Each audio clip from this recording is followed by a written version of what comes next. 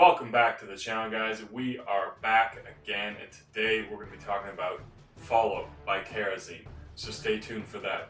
If you like the content, guys, hit that like and subscribe button. I really do appreciate it. So it all started when I blind bought Unknown Pleasures. I really liked the sample Blackmail, and I had heard a lot about Follow, so I decided to pick up both Blackmail and Follow. This one, of course, was a blind buy, so I didn't really know anything about it, but I really like the smell of coffee, even though I hate drinking coffee.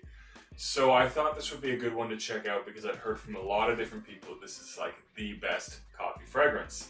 So I've actually had this one for a while. I've been able to wear it a few times, and now we're going to get into it.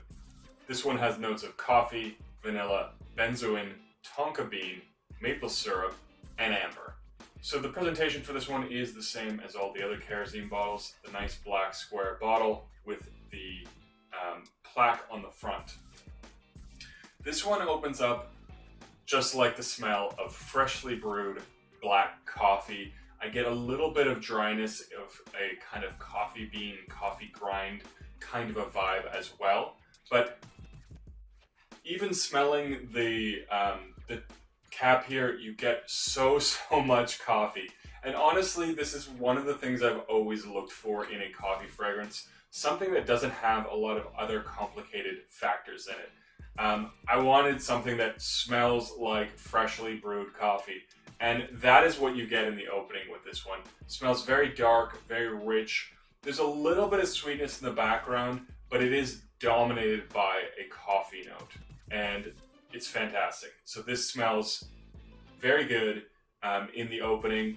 It's not overly strong or overly powerful, but if you're looking for something that smells a lot like coffee, something that's going to help you wake up in the morning, this is definitely something you want to check out.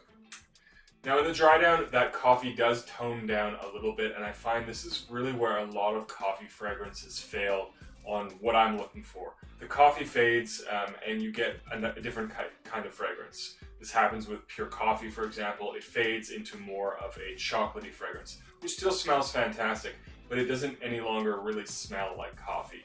This one keeps coffee as that dominant note in the dry down. I get a little bit more sweetness. It's blended a little bit nicer, and it definitely does settle down where the coffee isn't quite as in your face. And I find it smells a little bit more like maybe an espresso. There's a sort of creamy sweetness there that gives me that impression, and it still has that very nice, strong coffee note.